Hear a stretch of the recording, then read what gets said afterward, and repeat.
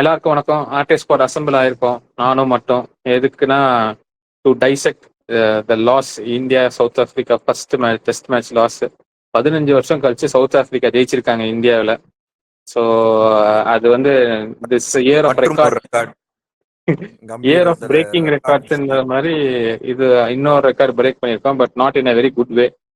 நம்ம மேட்ச் இது ஆரம்பிக்கிறப்ப சொன்னது ப்ரிவியூல மோஸ்ட்லி ஜெயிச்சிருவோம், இதெல்லாம் இது ஈஸியா சால்ட் வால்ட்ரு அந்த மாதிரி நினைச்சு நம்ம போய் ஜெயிச்சிருவோம்னு நினைச்சோம். பட் அன்பார்ச்சுனேட்லி இன்னும் அதுவும் ஃபர்ஸ்ட் ரிவ்யூ பேசுறப்ப 3 நாள் முடிச்சிரும்னு நினைச்சேன் நான். அதே மாதிரி 3 நாள்லயே முடிச்சிட்டாங்க மேட்சை.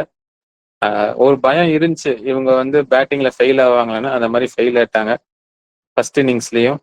அட்லீஸ்ட் இன்னும் ஒரு 30-40 ரன் அடிச்சிருந்தா இவ்வளவு பேர டிஃபரன்ஸ் அப்படின்னு தோணுது. செகண்ட் இன்னிங்ஸ்ல வந்து இப்போ அதே மாதிரி அன்ஏபிள் டு சேஸ் 120, இந்த 5வது தடவை நினைக்கிறேன் இந்த மாதிரி சேஸ் பண்ண ஃபெயில் ஆனது. ஸோ மட்டும் ஸ்டார்ட் பண்ணுங்க. What is your opinion? அப்படின்னு சொல்லி கில் இருந்தா, கில் ஃபிட்டா இருந்தா கண்டிப்பா ஜெயிச்சிருப்போம், அது வேற. பட் ஒரு பேட்ஸ்மேன் ஃபிட்டா இல்லைன்றதுக்காக 120 சேஸ் பண்ண முடியாத அளவு ஸ்கோர் கிடையாது. கம்பீர் வந்து ஸ்கில்ஸ் இல்ல, மோர் ஆஃப் இது ப்ரெஷர் ஹேண்டில் பண்ணல அப்படின்னு சொல்லியிருக்காரு பேட்ஸ்மேன் சார். ஸ்கில்ஸும் தான் இல்லை. அதாவது இப்போ இருக்கிற இந்த டீம்ல வந்து most of them haven't played in the test bowls. Ranji ட்ரோஃபியில் இந்த மாதிரி டெஸ்ட் பவுல்ஸ்ல விளையாடுறதே கிடையாது யாரும். எல்லாம் வந்து ஐபிஎல்ல இருக்கிற பிச்சு எல்லாம் வந்து ப்ராக்டிஸ் பண்றது எல்லாமே வந்து ப்ராக்டிஸ் பண்ணாங்கன்னா இந்த ஹிட்டிங் தான், பவர் ஹிட்டிங் தான் ப்ராக்டிஸ் பண்றதே ஃபர்ஸ்ட்.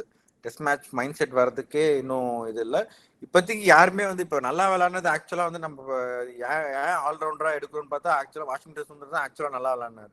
ஏன்னா அவர் தான் கொஞ்சம் ரஞ்சி ட்ரோஃபிலாம் கொஞ்சம் விளையாடுறாருன்னு நினைக்கிறேன் ரீசெண்டா. இந்தியா டீம்ல ஐபிஎல்ல தான் அவருக்கு ஃபுல்லா சான்ஸ் கொடுக்க மாட்டாங்க, ஃபுல்லா விளையாட மாட்டாங்க. ஸோ ஃபுல்லா ஐபிஎல் விளையாடுற இன்டர்நேஷனல் பிளேயர்ஸ் வந்து இந்த மாதிரி டஸ்ட் பவுல்ஸ்ல விளையாடுறது இல்லை. அப்படி இல்லாத போது அவர் கம்பீரும் கேட்டு சொல்லியிருக்காரு, இந்த பிச் தான் கேட்டோன்னு வேற, இந்த மாதிரி டஸ்ட் பவுல் தான் கேட்டாங்களாம் அப்படின்னு வேற கிளியரா அவர் கேட்ட பிச் தான் கொடுத்தாங்கன்னு வேற சொல்லிட்டாரு. எனக்கு புரியல, இதே பிச்சில் தான் நியூசிலாண்டோட தோத்தோம் இந்த மாதிரி கேவலமா டஸ்ட் பவுல்ஸ் போட்டு. நம்ம Indian players are not good enough now to play on this dust bowls. அதை வந்து புரிஞ்சுக்கணும். அதுக்கேற்ற மாதிரி ஓரளவுக்கு நல்ல பிச்சா போட்டா இந்தியாவுக்கு, இல்லைன்னா வேற ஏதாச்சும் டொமஸ்டிக்ல விளையாடுறவங்களுக்கு சான்ஸ் கொடுக்கணும். அவர் கம்பீர் கேட்ட பிச் தான் கொடுத்தாங்கன்னு சரி. I think rather than saying that we underestimated South Africa, we overestimated நம்ம பேட்ஸ்மேன் கேப்பபிலிட்டிஸ். அந்த மாதிரி தான் நம்ம பேட்ஸ்மேன் எல்லாம் ஃபேஸ் பண்ணிடுவாங்க, ஒன்றும் பிரச்சனை இல்லை. ஸ்பின் அடிப்பாங்கன்னா ஐபிஎல்ல வந்து ஃபிளாட் பிச்சில் போற ஸ்பின் அடிப்பாங்க, 100 அடிப்பாங்க. அதுக்காக இங்கே வந்து இது டிஃபெண்ட் பண்ண அதுவும் நம்ம முதல் நாளே பேசணும். அது வந்து மேட்ச் முடிகிறப்ப வந்து ஃபர்ஸ்ட் டே முடிகிறப்ப மகாராஜுக்கும் ஹாமுக்கும் நல்லா ஸ்பின் ஆக ஆரம்பிச்சிருச்சு, டஸ்ட் எல்லாம் தெரிஞ்சு. ஆக்சுவலா மகாராஜ் போல் ரியலி பேட். ஒரு இதுவும் இல்லை, ஒரு ஸ்கில் இல்லை, எதுவுமே இல்லை. மகாராஜ் வந்து இருக்கிறதுலே அந்த 5 ஸ்பின்னர்ஸ் இருக்கிற டீம் மார்க்கிற மாதிரி மகாராஜ் ரொம்ப கேவலமா போட்டாரு. ஒரு ஹெல்ப்புமே இல்லை அவருக்கு, அவர் ஆக்ஷனும் இது இல்லை. பட் வந்து அதுக்கு ஆப்போசிட்டா ஹார்மர் வந்து ரொம்ப நல்லா போட்டாரு.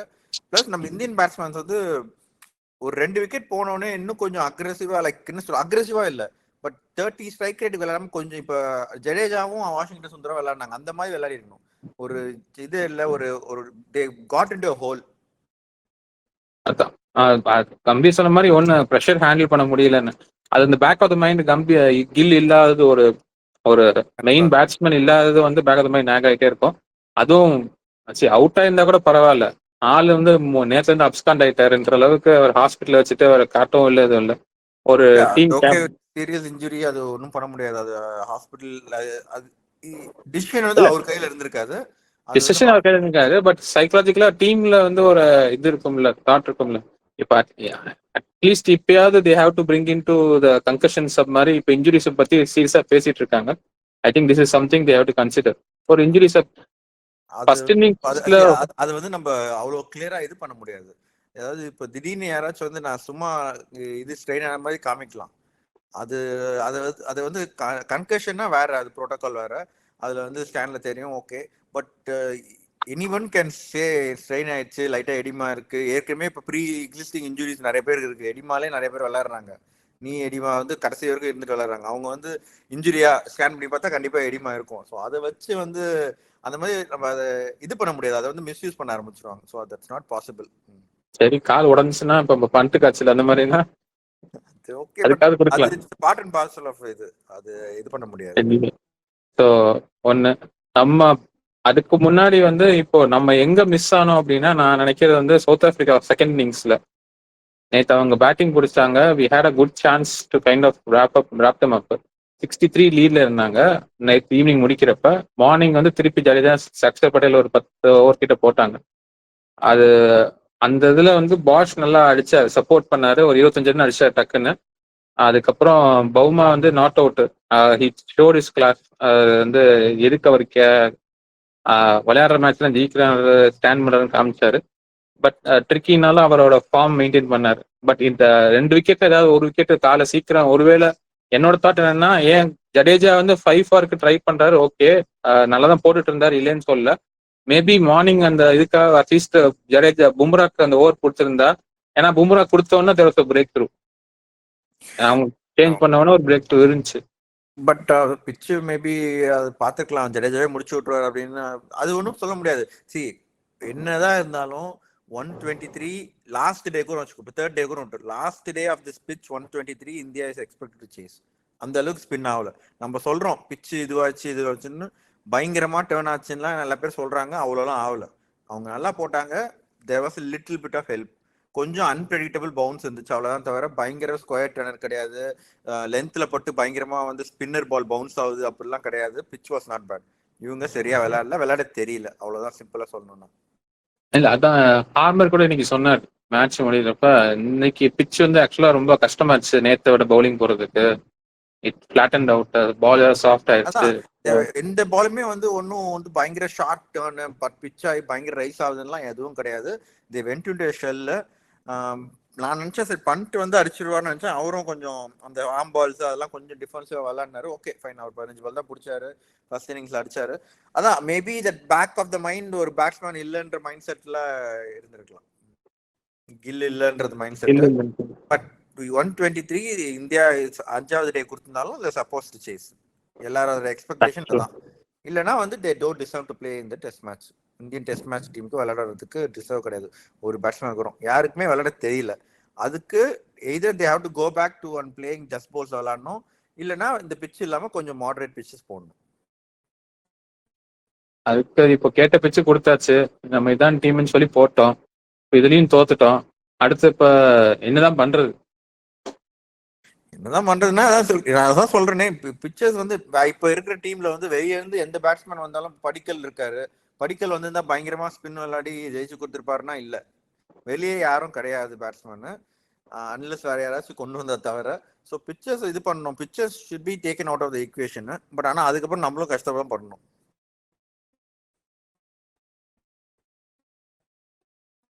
மியூட்ல இருக்கு. இப்போதைக்கு நம்ம டீம்ல வந்து பை மெரிட் இருக்கிறது எல்லாருமே வந்து இப்போ சாய் சுஷன் ஐபிஎல் வழியா வந்து இதானாருன்னு சொல்லி நம்ம சொல்லலாம். மற்ற எல்லாருமே ஃபர்ஸ்ட் கிளாஸ்ல பெர்ஃபார்ம் பண்ணி வந்தவங்க தான். இப்போ ஜுரல் வந்தாரு, ஆக்சுவலா அவர் ஒரு மேபி அதை ஒரு சேஃப் ஷாட் நினைச்சாரு, பட் அவுட் ஆயிட்டார் கேட்ச்ல. அடியே போட்டு விட வேண்டிய பால் தான், அடி போட்ட பால் தான்.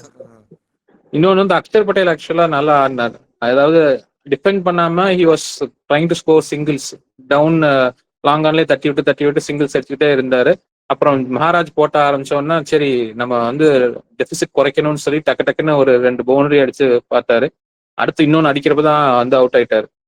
அதுவும் ஆனா அது வந்து அந்த சமயத்துல யாரு இருந்தாலும் அதான் பண்ணிருப்பாங்க.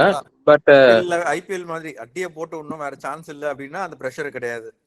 அவரு அடிக்க பார்த்து அவுட் ஆனாலும் எதுவும் சொல்ல முடியாது அப்படின்ற மைண்ட் செட் தான். மோர் ஆஃப் கம்பீர் சொன்னது கிட்டத்தட்ட கரெக்ட் தான். ஸ்கில் செட்டும் இல்ல, ப்ரெஷரும் இருக்கு. ஸ்கில் செட் வந்து இப்போ வாஷிங்டன் சுந்தர் ஆக்சுவலா காமிச்சாரு, அவருக்கு அந்த ஸ்கில் செட் இருந்துச்சு எப்படி விளையாடணும்னு. அவ்வளோ டிஃபென்ஸா விளையாடினார்.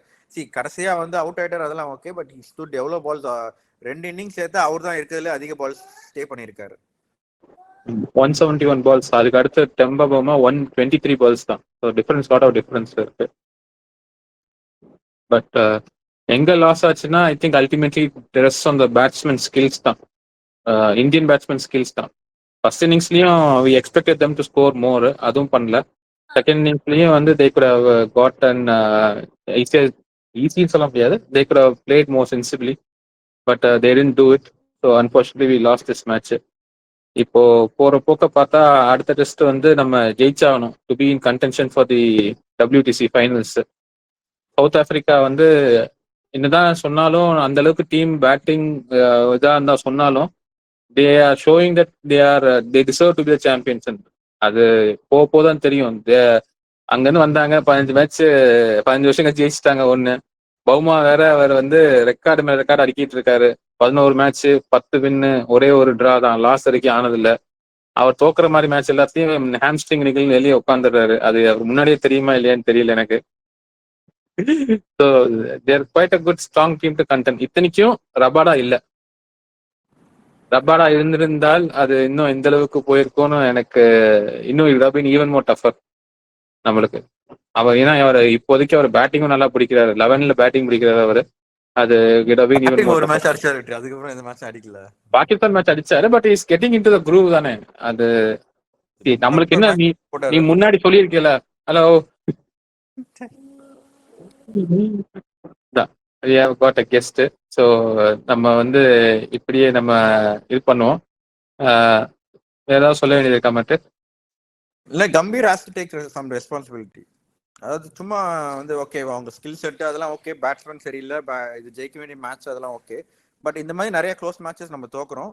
He has to take some responsibility. நம்ம வந்து முன்னாடி ஸ்பிளிட் கேப்டன்சி வேணாம்னு சொன்னோம், இப்போ ஸ்பிளிட் கேப்டன்சி இருக்கு, அது மாதிரி ஸ்பிளிட் கோச்சிங்கும் பார்க்கணும். அவரால ஒன்றும் பண்ண முடியாது, அது வேற. But he has to make some responsibility எடுத்து ரிசைன் பண்ணணும். 6 டெஸ்ட் மேட்ச்ல வந்து கடைசி 6 டெஸ்ட் மேட்ச்ல வந்து we have lost 4. அது 2 ஜெயிச்சது வெஸ்ட் இண்டீஸோட. அது சொல்ற அளவுக்கு ஒன்றும் பெருமை கிடையாது. நீ சொன்ன மாதிரி கம்பீர், ஆனா கம்பீர் இது போஸ்ட் மேட்ச் கான்ஃபரன்ஸ் என்ன சொன்னாருன்னா, we win as a team, we lose as a டீம்ன்றாரு. அவரும் எனக்கு அதுக்கு சம்பந்தம் இல்லை, எல்லாம் சேர்ந்துதான் இருக்கும் அப்படின்னு தூக்குன எல்லாரும் தூங்குற மாதிரி பேசியிருக்காரு. டீம் வந்து ஓகே 2020 ஒன் டேல நல்லா விளையாடுறாங்க, இருக்கட்டும். மியூட்ல இருக்காங்க. அதான் மொத்தமா டெஸ்ட் மேட்ச் நிறைய மொத்தமா ரெஸ்பான்சிபிலிட்டி வந்து டெஸ்ட் மேட்ச்ல வந்து தோக்குறாங்க, அதுக்கு அவர் தான் ரெஸ்பான்சிபிலிட்டி எடுத்துக்கணும். ஒன் டேல அவர் ரெஸ்பான்சிபிலிட்டி எடுத்துக்கணும். ஒன் டே T20 சாம்பியன்ஷிப்லாம் ஜெயிக்கிறாரு, so you can continue as coach. அதான் ஆஸ் அ டீம் ஒரு ஹோல் ரெஸ்பான்சிபிலிட்டி எடுத்துக்கணும். இது வந்து ஒன் ஆர் டூ கிடையாது, ஒரு ஃபுல் சீரீஸ் நியூசிலாண்டோட தோத்துருக்கும் அதே மாதிரி ஸ்பின்னிங் ட்ராக் போட்டு. வெஸ்ட் இண்டீஸோடையும் நான் இன்னும் கொஞ்சம் கன்வின்சிங்கா ஜெயிப்பாங்கன்னு நினைச்சேன் செகண்ட் டெஸ்ட், அதே இன்னும் க்ளோஸா தான் போச்சு.